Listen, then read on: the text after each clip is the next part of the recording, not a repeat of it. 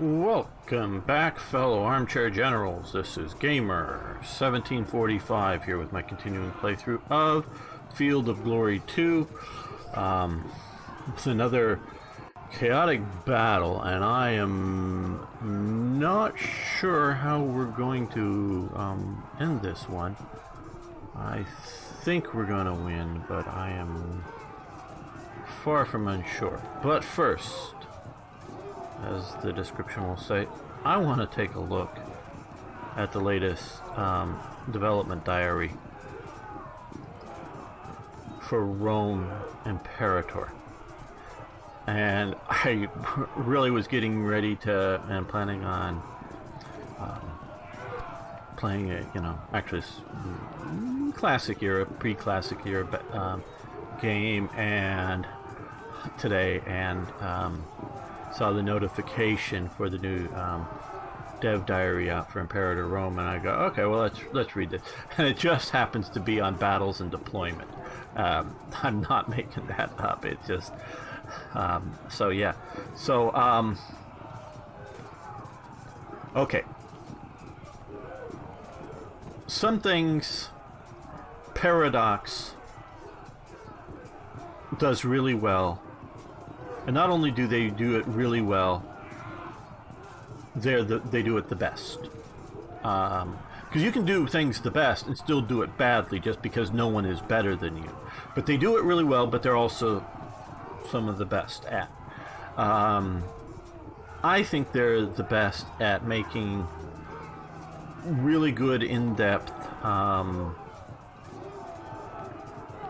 grand strategy type games. Where they really fall down, and I would say badly. And I've just scratched EU4's surface a little bit, and I think I've also scratched EU3's surface a little bit, playing it a little bit. I played the hell out of EU1 and EU2 way back in the day. Way back when they were the current versions or whatever. And, yeah, so, yeah, I have you don't see it on the channel, but I do have a depth of understanding of them and a lot of stuff that they do. Other than Hearts of Iron, because if you're around my channel enough, I know the Hearts of Iron. But where they really, really fall down badly, incredibly badly, and you can just check out the current Russian World War I series, which doesn't change or affect the AI at all.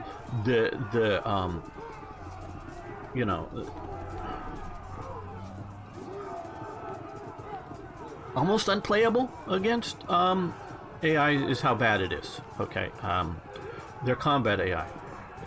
But what they do really, like I say, really well, not just make good games, but they seem, at least from my experience, to do the sort of empire strategy building, diplomatic strategy building AIs very well. I'm not here to bash Paradox. It's just this one thing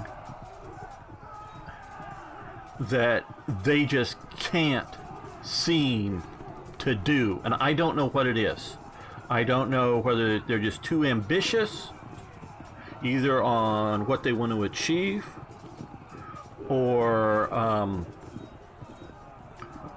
on just that their games are too complicated and their AIs are just not there yet. But when they move to a military setting like this, big stacks of army is 10,000, army is 16,000, and you move it from province to province, and you don't have to protect the entire border because it's not 1,000 man strong units along the border. It's this army is big thing. They can do well. They really do well. Their combat AI really does well and works. Again, I am not here to bash a Paradox, okay? in an online sense, I sort of kind of think some of them are friends a little bit. I mean, we don't hang out or anything, but, you know, I like them. And that's what this game does, is what they do well, AI. And they and they really do it well. And I was reading this, and I have read it. There's a lot of modifiers for military traditions and unit abilities here, like, and you can go and follow that link. But what I really like is now that they are working on first front line, second front line. The first front line, you know, damages opposing sides until the morale breaks or it suffers enough damage to be eliminated. Basically skirmishers. And read a little bit more, and I'm not going to read this whole thing to you. You can read it. But I'm analyzing it here. Second front line will then begin to move forward to become the new front line. And so we can see right here above, this is one army, this is the other army, and sort of what we're seeing are the two armies facing each other here. And flank units will be deployed out on the flank, which sort of kind of makes sense. But they go in here, and in terms of interface, you can prioritize what type of units you want in what lines. You can set the size of the flanks, which can really be, if you have a very large army or very small army, how you want that to react. And that flanking units, if they succeed in winning their flank, the right or left flank, they can then move in to attack the center, which is really good. And so this is looking really nice. I've suggested, and I know I would love to have, wait for it, here it is, this to be integrated into, you can also do sort of the real-time strategy thing too, but you know, so as you can see, you know, in the Total War series, if you want. But I actually, quite honestly, sort of like this a little better because it reminds me of my old tabletop playing days. And so when I say integrated in, not that you're forced to play the battles out like that. And so if you go, oh, that sucks, I wouldn't want that. Fine, I'm thinking of it as a DLC. You know, buy it if you want to do it. If you want to play it, if you don't. And of course, if they were to license it, license the AI that goes with it. You know, don't do your own. Don't do your own. But and so, as you know, they sort of go in and they describe how the different lines will interact and then move forward. And this is looking to be a better than I was anticipating for doing the battles. So I'm glad to see that. Now I posted, and I just, like I say, I'm just sort of getting ready, and I haven't responded yet. I don't think they've responded. You can see, I doubt it. Just a few minutes ago that I posted. Oh, well, we have something. Yeah, multiplayer. Okay, yeah. But I don't think they've responded. No, they haven't. Two questions here. We'll go back over to this. One, because they talk about attrition not based in combat, like for terrain modifiers, marching your army across the desert, dying of thirst, kind of thing. And I ask, can navies sitting next to an army on shore, can they supply that? I doubt it, but I thought it was important question to note or bring up, because you get Xerxes' invasion of Greece in which his huge, massive army that's probably oversized in the historical tellings, but could only possibly be supplied via the sea, and they were moving coastally specifically because of that. And so that the navy was a critical element of it, and the Battle of Salamis was fought to destroy at least the fighting element of the navy, which forces the supply element of the navy to disappear, and ultimately defeating the invaders, because their massive army that's supersized compared to the Greeks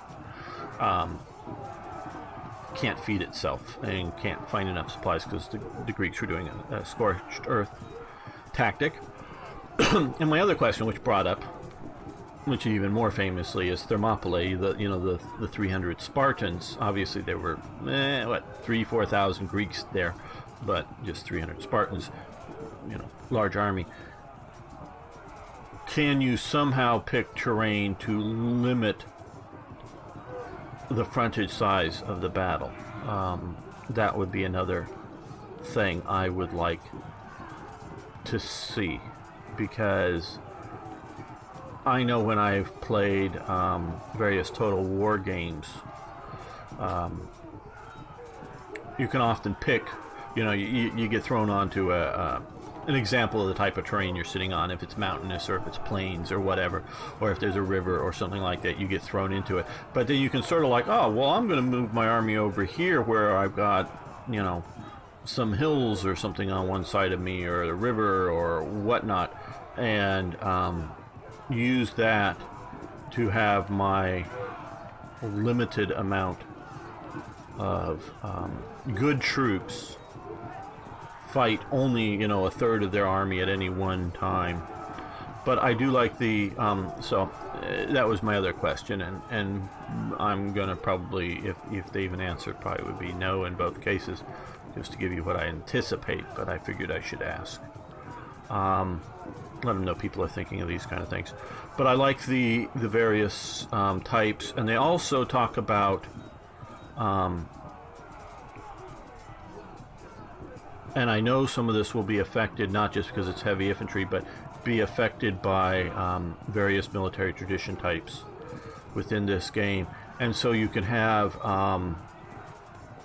effectiveness against particular types of opponents, heavy infantry as we're seeing here, and whether there's advantages or disadvantages. And that, to my understanding, is going to affect what it is specifically facing and fighting at that particular time. So as this line shifts and deals with things and units come up into it, you can have that. So I'm really liking the detail, the love and care they're putting into this thing, and I am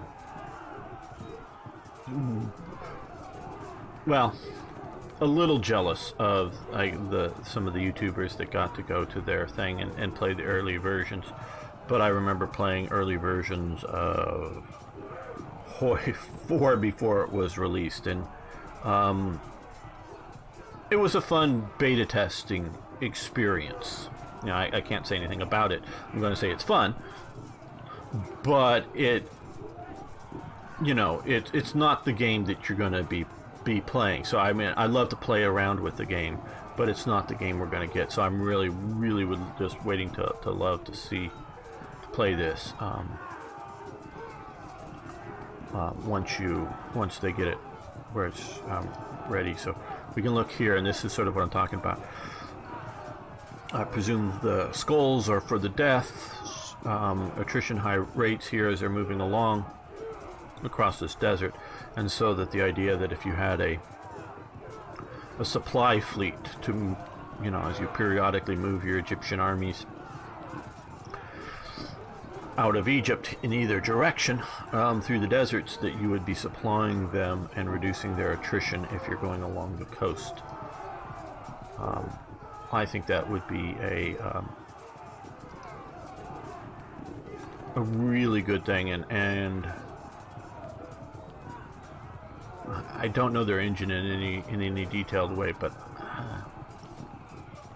I think you should be able to check for supplies of an adjacent sea province if there's a fleet of a certain size and next to it, and it provides supplies.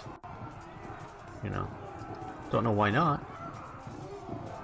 Or maybe some technical reason why it just can't happen, but that. Okay, well let's get back to this. I just again saw that. Okay, well, let's try to figure this mess out. It's been a few days since I've been playing this. Yeah, we're sort of stuck. These guys are all skirmishing.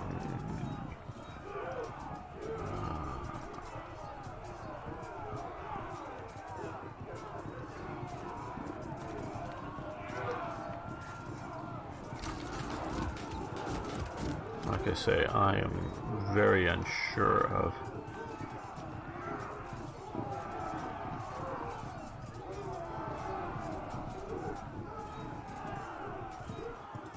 I like that I can sort of figure this out. I concentrate my attacks on these guys.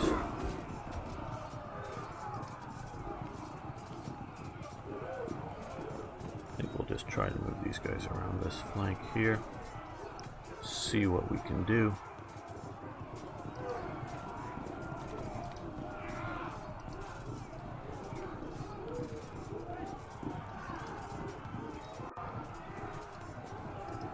We have some units that are in really good shape, but the reason and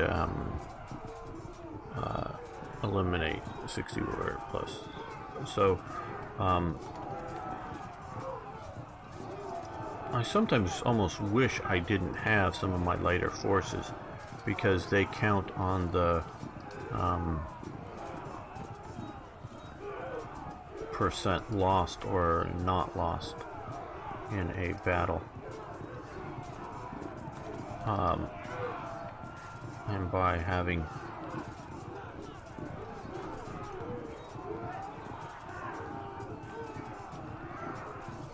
I think we'll just try to charge these guys. Probably would have been better to shoot, but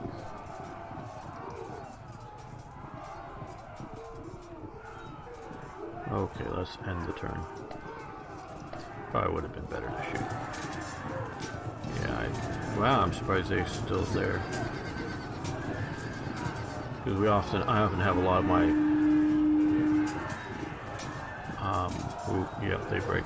Lighter forces break and fail, while a percentage of my army is still strong, not badly damaged, ready to work.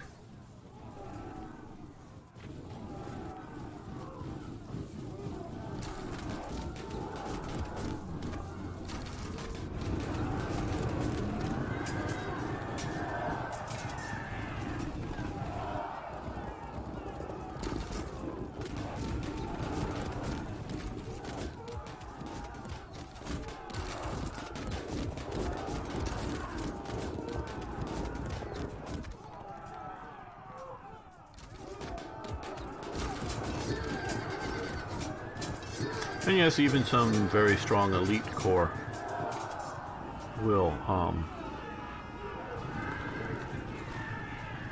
give up the fight if all of their surrounding units have been destroyed. I mean, just to mention the 300 Spartans. They're a super rare example with a super, I don't know, high status value, whatever, king Leonidas that they were following at the time, and so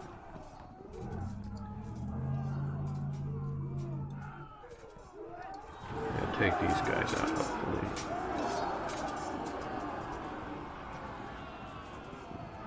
Didn't quite take them out, but hey,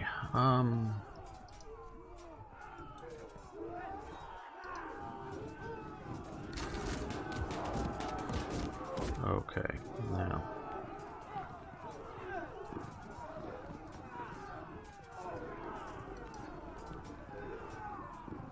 Most of my army and some of their army is all fleeing and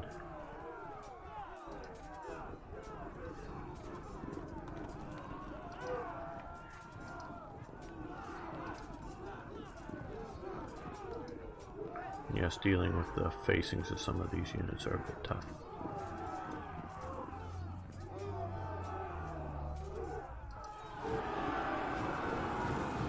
Yeah, I thought likely.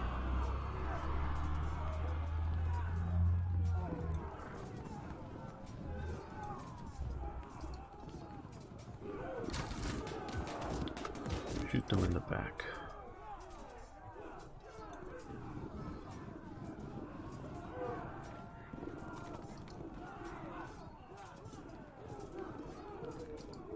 Turn around, because that's looking like the main threat axis. You can't turn. You can. Good.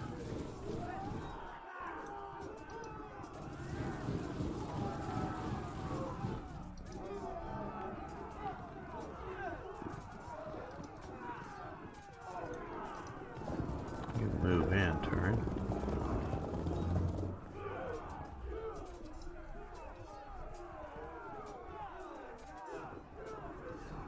I think it is better to just shoot them.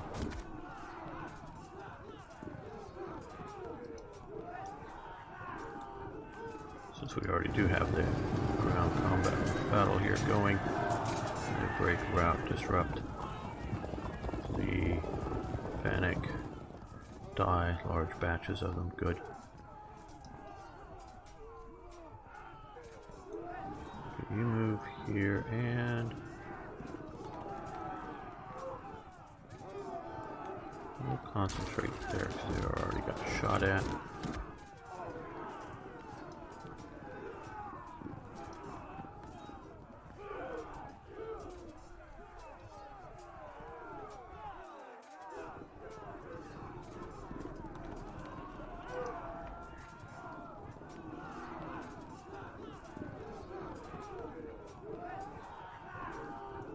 Okay, that looks like the best.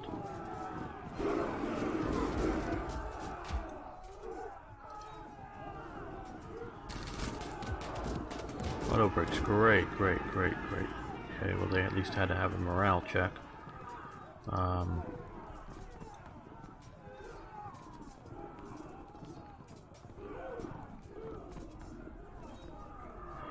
Well,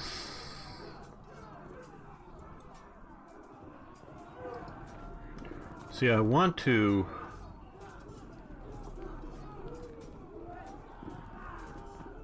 either charge or turn and shoot these guys.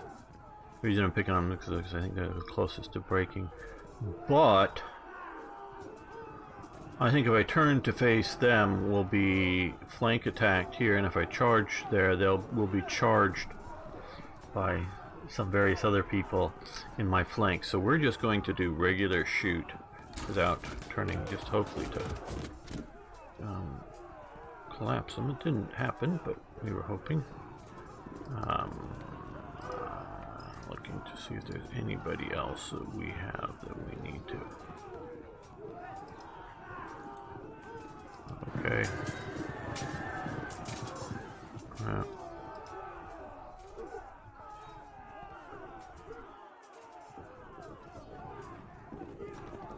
Sorry, I currently have my other monitor on and makes maneuvering somewhat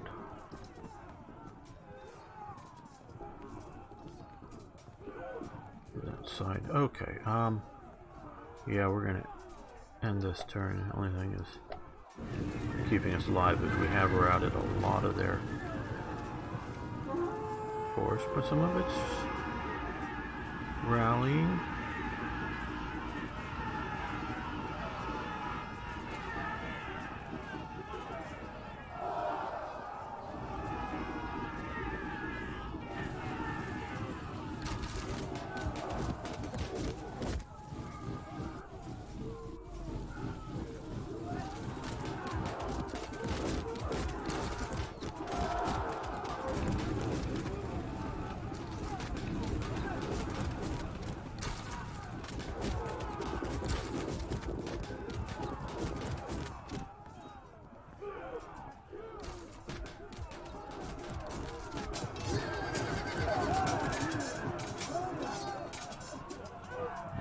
where you can run away. Good.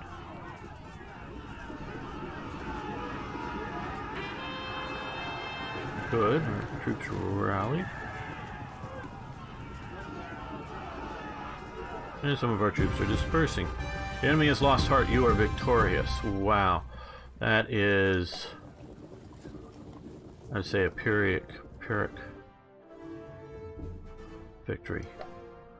Okay, 62%. We lost 26% total, but a lot of course, shall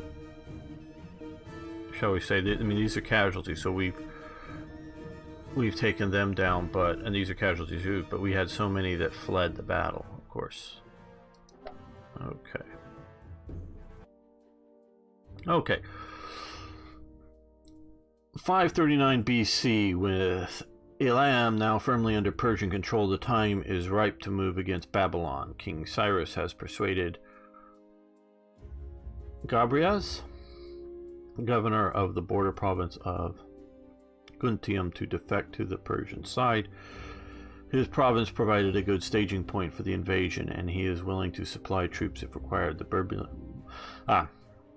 Babylonian king Nabonidus, whatever, is awaiting battle at Oppius by the river Tigris. Okay, let's see. Funds are available after refitting. Seek troops from Babylonian allies. Recruit troops from home. Okay.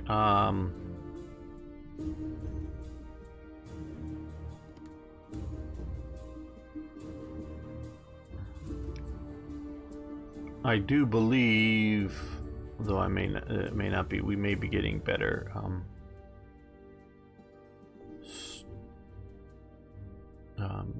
quality of units here, but looking at overall size for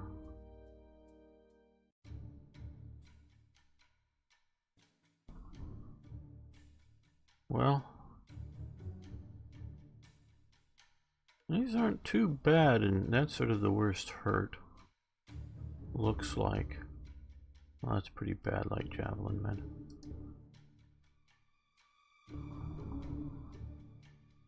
I don't like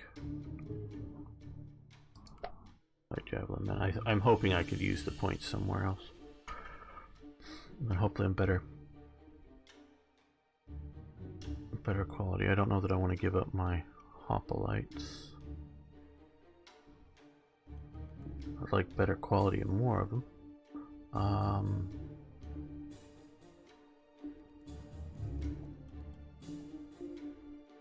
Okay, we'll accept that. Are you happy? Yes. We're happy with the garrison selection. Do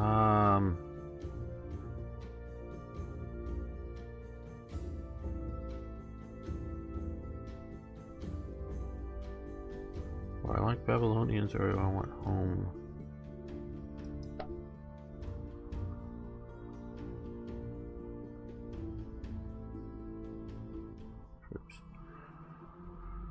Okay, yes, rout the army, the enemy, defeat them in battle, basically. Okay,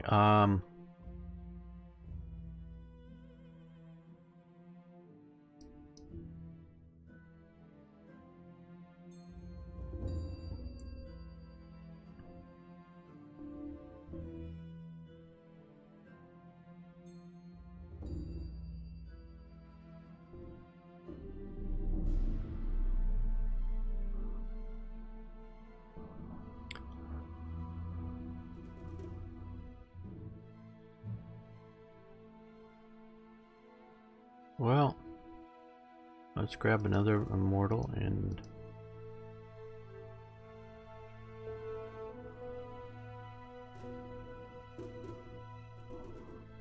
I'm gonna do that.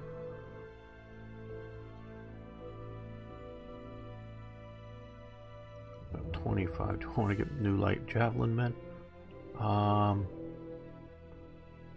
Like I said, they count against, I think, overall size of the army retreating, but still. At least these will be fresh. Or do I?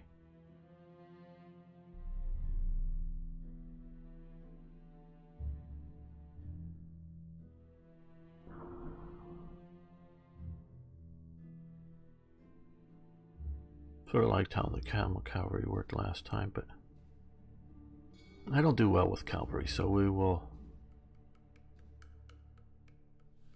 Oh well, we might as well spend that. Accept. Okay. Now, and like I was mentioning earlier, battles often can be done in such a way to have something like this that limits the possible frontage. Now, obviously this side has unlimited, so that the enemy can come around the flank, but sorry, yeah, this works better. Okay, but this side they cannot, so I don't know that I need any horses over here. Okay,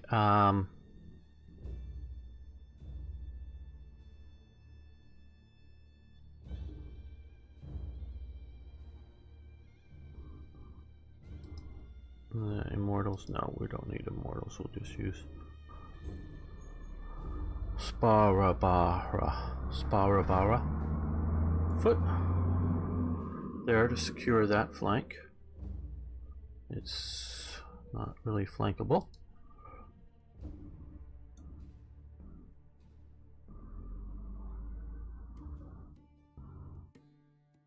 And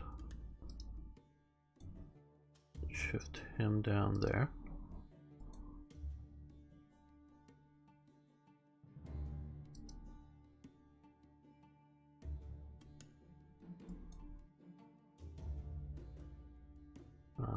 Yeah, these guys have such limited range. I want them in the center, because if these guys at the flank, they can shoot here, and these guys can shoot here, and these guys just shoot straight ahead, and so more concentration on the enemy can be achieved. I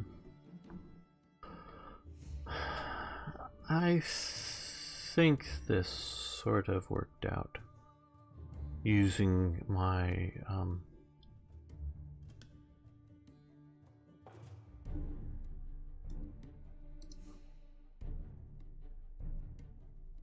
I'll have a little trouble moving forward, so we'll. This is Cyrus, yeah, we want to keep him alive.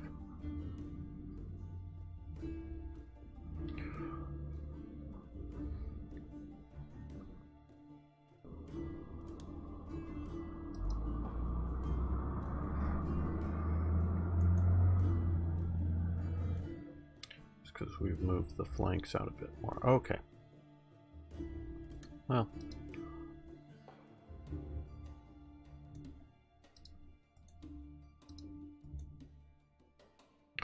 There we go. Let's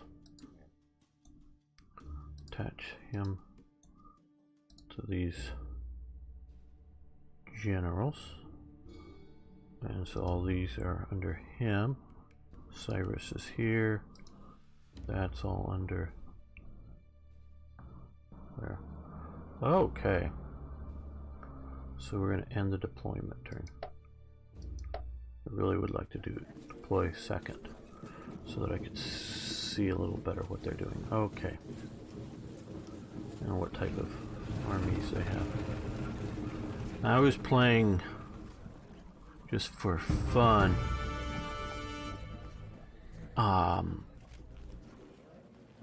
Pontus campaign, and they had a scythe chariot. Like in the last battle, the enemy had arching chariots, and of course, they're just sort of, you know, chariots that ride behind, or you know, that go behind horses, and some guy in the back shoots, and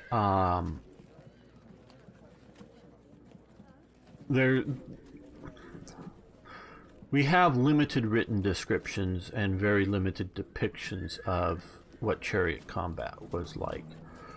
Some well, a scythe chariot is obviously designed to use impact and the various spikes in size sticking off of the chariot to scare and intimidate the enemy as well as actually chew them up. It didn't work out well for me. They seem to take. I just didn't get the knack of being able to make it work. Now, some stuff that I've seen and read a little bit a fairly long time ago, was that some of the Egyptian chariots were more just sort of like you ride them to the battle.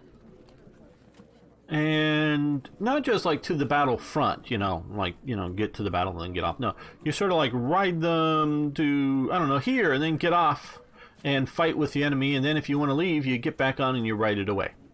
And you have a person who just handles the chariot. And this is sort of like a knight, if you will, but who does dismounted combat. The other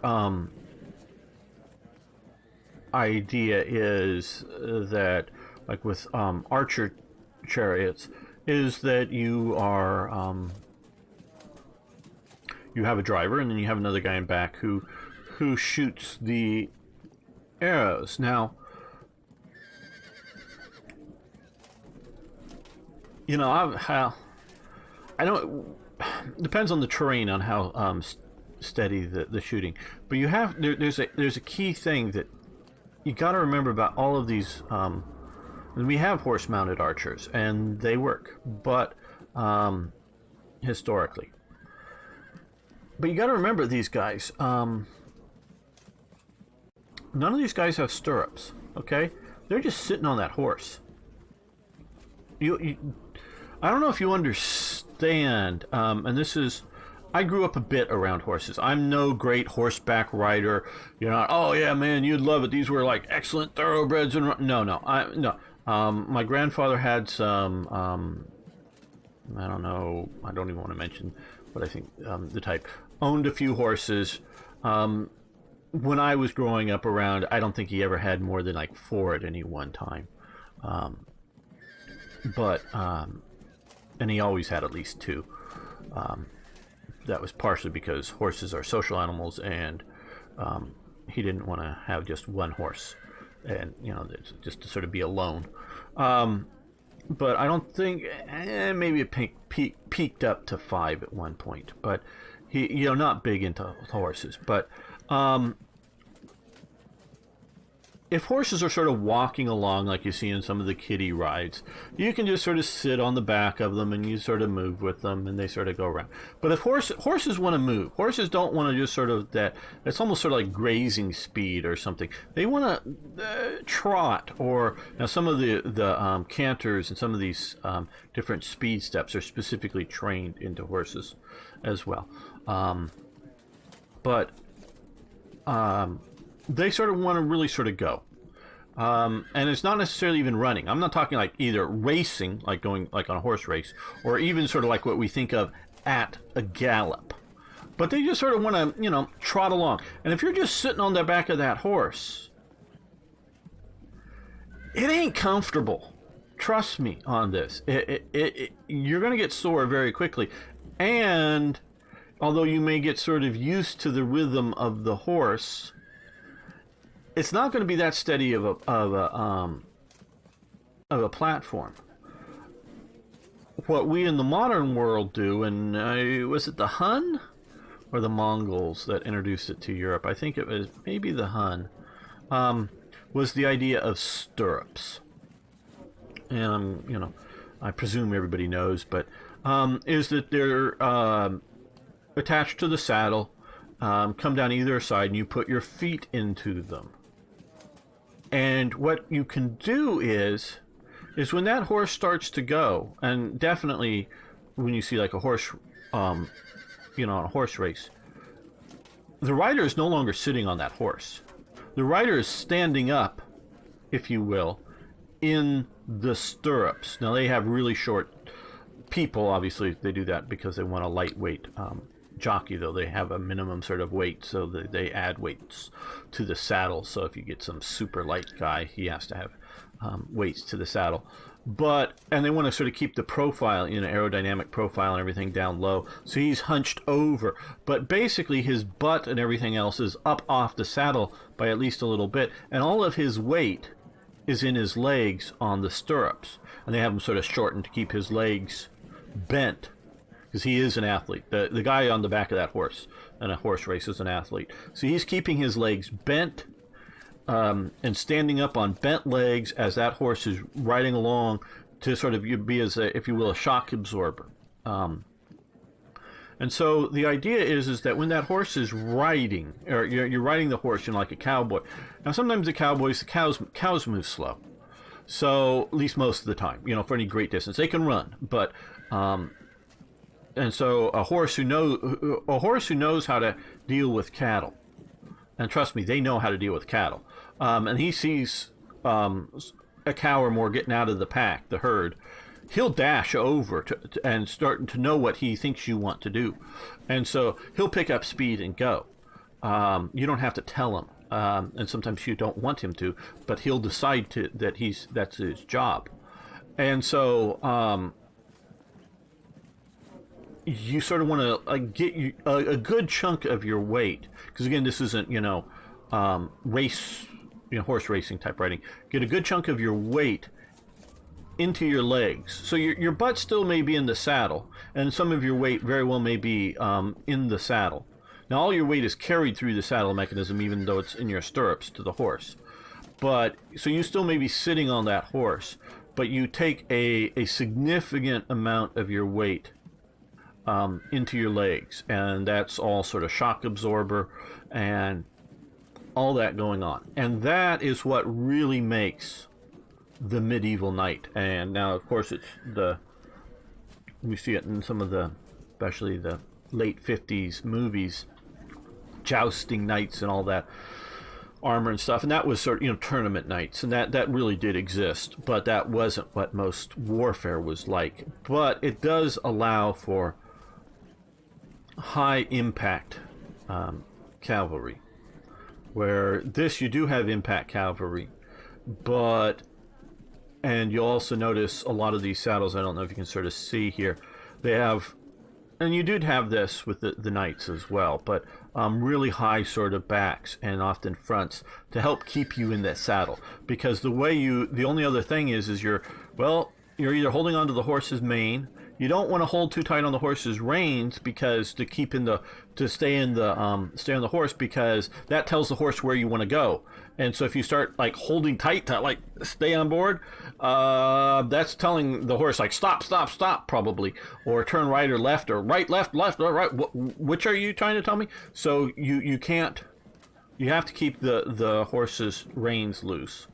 I know you didn't come here for horse riding lessons. You might be able to grab on, and depends on how horses are trained, and you can grab onto the mane and hold on. Otherwise, you don't have anything to hold on to except for squeezing your legs to the horse, which in modern riding circles, that is also depending on the horses and how they're trained, can be signals as well. Because if you're doing lassoing cattle, where you ride like in a rodeo type sport, where you have you ride up on a horse next to a running cow, and you try to lasso it and hog tie it, all jump off the horse and do all that as a sport. Often you need both of your hands free for that, and that's just like the idea for a knight, in that you may have your shield arm hand holding onto some reins, but obviously your sword / lance arm can't be. And if you're going to be swinging that shield to protect you and the horse, you don't want to be giving it signals on what to do with your moving your shield around with the reins, so that they were often trained to take commands from your knees and that kind of thing. And of course, especially with knights and any sort of mounted stuff, lots and lots of repetitive action. So it understands, oh, this is when we do this trick. It's just like if you, whether you're in the rodeo or you're out really doing real cowboy type stuff on the range, the horse knows that, oh, today we're going to, move a bunch of cows from one field to the other field. And it sort of knows that, and it sort of knows what you're trying to do, because it does it every day. And so you just sort of have to give it a suggestion because it already sort of knows the program.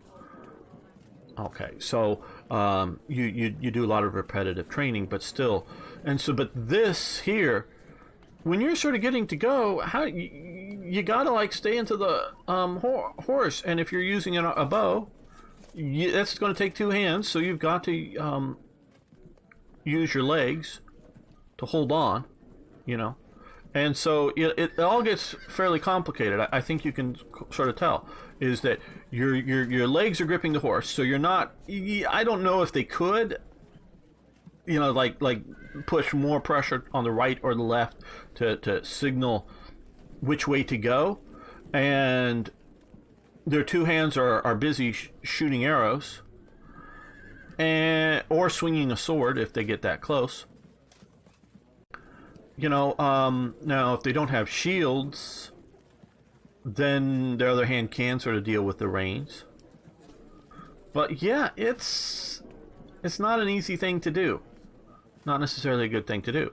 So now maybe you understand, after going through all that, why having somebody who's a dedicated animal handler, the guy who with the reins, and then you have one or more people. Obviously, this is a 4-man chariot, a pretty big chariot for the period.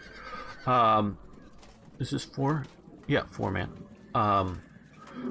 Is that you want to have these guys in back that can just hang out and do whatever they want to do. They got to stay in the chariot, so they got to balance and deal with the terrain and whatever. But they can throw spears or javelins, which is, it depends on how you want to do it. Can be the same thing, but javelins may be a bit shorter, spear is a bit longer. Spear you can also sort of, do the poking thing with. Not quite a lance, but that. Or, I don't know, throw anything else you have that you want to throw at somebody. Rocks, I don't know, literally, rocks can kill people, especially if they're unarmored like these people. Throw whatever you want at the enemy. And then, of course, as you ride by, like if you have a spear or a sword or something, or an axe, you can swing at them and try to hit them with it. And so that you have... and so you can, you're not worrying about whether the horse is going in, or the horses in these cases are going in the right direction. So you can see why, for a long period into the ancient world, chariots were useful. I don't know. I think by the time the Parthians are around, which is post Seleucid Empire, if I'm getting all that right, and I don't know this period well. I think the chariots are almost entirely gone in the east. Don't quote me on that at all. But you still see fairly heavy chariot use, though we're not actually very sure exactly how it was used, for the British Celts against Caesar and other Roman invaders. Whether those were mostly ride to the battle, ride up to the enemy, and then jump off the chariot and fight the battle. And then if things aren't going well, you can run 10 yards, 20 yards, jump back on to the back of the chariot and say, "Get out of here," and you run away. But those were still going on. The Celts... Well, they may have been more of and you get some of the... I'm fuzzy where the Belgae Celts or not, I don't know. Some of the tribes that Caesar was dealing with, I think, were pretty decent horsemen, but the Celts were never great horsemen. And the ones I've studied in one time in my life, fairly detailed, were very much not horsemen, and those were sort of kilt-wearing Celts, which are really, really much later. But mostly, though we can maybe find exceptions, sometimes kilts may come in the idea of you're also wearing trousers, but generally trousers are a horse-riding culture's male apparel, where Greeks did not ride much in the way of horses, and that's why Greeks mostly didn't have trousers. They wore long shirts, or maybe but they weren't dresses like women's dresses, but they were, you know, just stuff above the knee. So then I'm not using the word toga because it means something entirely different. And so, like, as you can see, these guys are sort of a long shirt kind of thing that's belted, is what these guys are sort of wearing. Is how that is actually sort of the traditional sort of Celtic apparel as well. It just yes, people, the world gets warmer and the world gets colder, not just every year, but in the Renaissance period, it got colder, so cold that in Scotland people decided to wear blankets every day because it was cold enough to wear a blanket. And that developed into a kilt eventually, and that's sort of how that comes back into, because what they wanted to wear was something sort of like that, but it was sort of cold in Scotland. Okay, I know I've talked enough time for the first turn. Okay, so we've got the enemy with lots of bows. We've got our bowmen, so let's move up here and see about shooting. No, yeah. I keep wanting to click the next guy before this guy's action is done.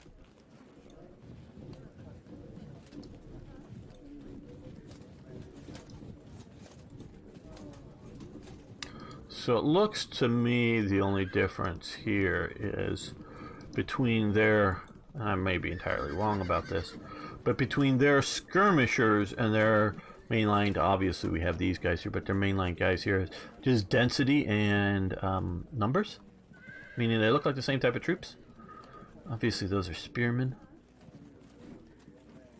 Okay. Now I don't know whether the AI has some cunning and brilliant plan, like Baldric thinks he has, or whatever, or this is a Baldric move of why put chariots along this waterfront. Okay, now because we have the I'm gonna have to do these one at a time because I don't want to move my rear flank up necessarily as much, or mainly I'm worried about that unit.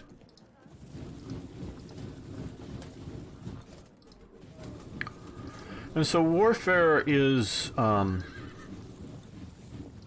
very interesting topic when you look at it in a broad sense like this. I've read Montgomery of Alamain's book on the history of warfare that he wrote. Of course, you may know him just as General Montgomery or Bernard Montgomery or Bernard Law Montgomery or whatever. He officially became a lord, and Lord of Alamein, you know, the Battle of Alamein. Post-war, he wrote a book on it, and this is sort of what I wanted to do. Get him right there. Because I knew the terrain was going to improve, and I'm going to leave my horses right where they're at. Now, I'm not forgetting about shooting. I just wanted to sort of... Okay, they're too far away. That's sort of why I don't like these guys.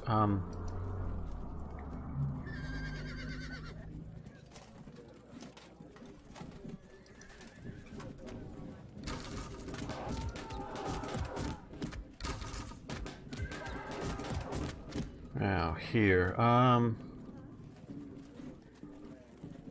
let's see about taking down their sort of center. Concentrate the fire instead of spreading it all out.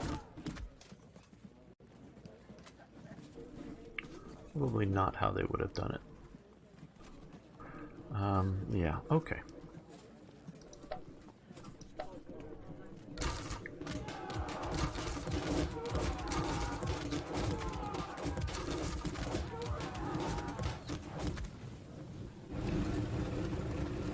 I think this is a Baldric plan. Without looking it up, does anybody know what I'm talking about when I'm saying Baldric cunning plan?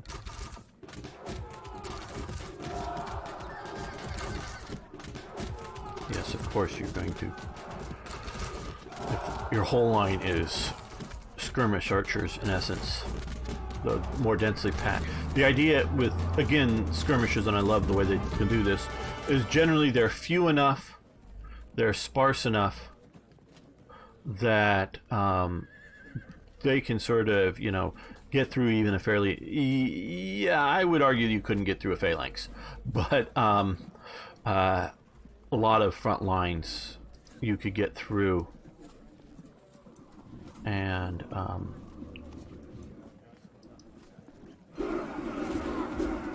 be able to, okay, now we're going to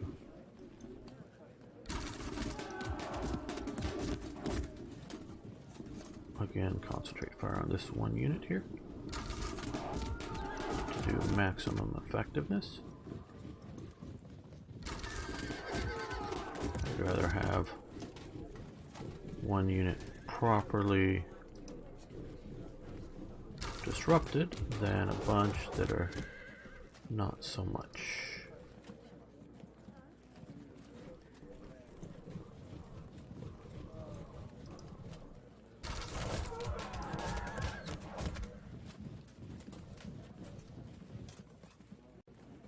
Yeah, this will just end up being much more effective. So we'll do that now. Here we go. I'm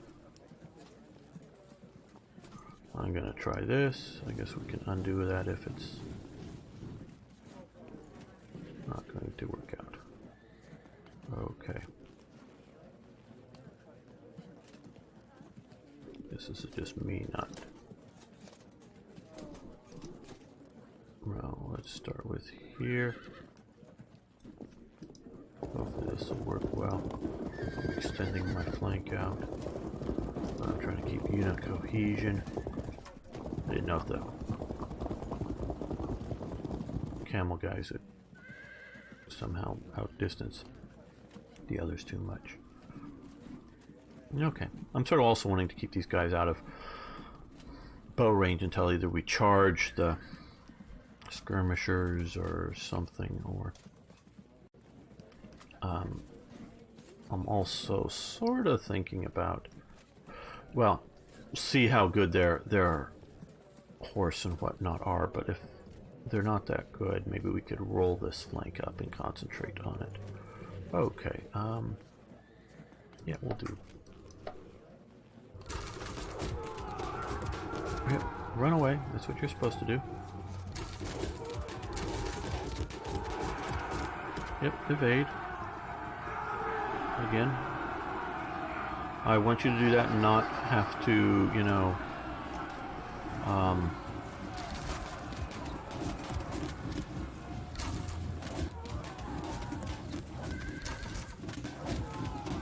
break and run and flee the whole field. And back on Imperator Rome, that's sort of the kind of thing they're trying to do. Is trying to have the idea of some sort of skirmishers. First front line, second front line. And have the morale break on them. On, you know, as they talked about, you know, have, you know, until the morale breaks on the front line, and they then flee the battle, and then you have the second front line. So instead of your whole, everybody, well,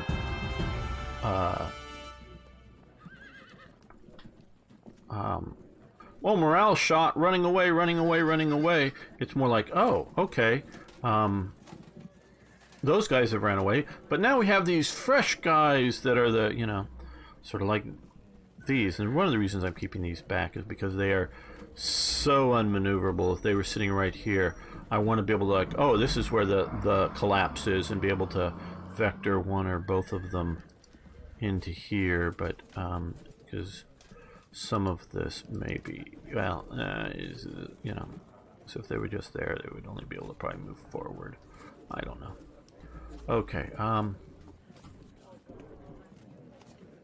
Well, we're going to have to come back to see whether my horses will be able to, whether through charging or through archery, concentrate on. This is what could be a problem, meaning you get all these guys concentrating on this one unit here and start to roll up this flank, where this is obviously a condition where that ain't going to happen, because I don't even think I'm going to move further forward. Okay, that's going to be good hits, because we are secure there. But if we can sort of come around and hit those guys in a flank attack, I think we might be able to slaughter them. But that's my sort of worry, and the AI knows how to use horses better than I do. Timing, and it's timing wise. I understand the concept, but it's instinctively knowing, okay, they can get to here. Now if I attack somebody who's here, will they be able to run away? But if I wait until, can I wait until they get to here, that if they flee, I'll be able to pursue them enough and hit them in the rear. It's that kind of stuff that I don't know as well. Okay. Thanks for watching the video, if you got it this far. Thanks for liking the videos, if you would. If you haven't already, please subscribe. And of course, I love hearing from you. If you got any questions about what I've said, if you got corrections, because I'm sure I got something wrong, don't know what it is, but please post below. So see you next time for more historical gaming.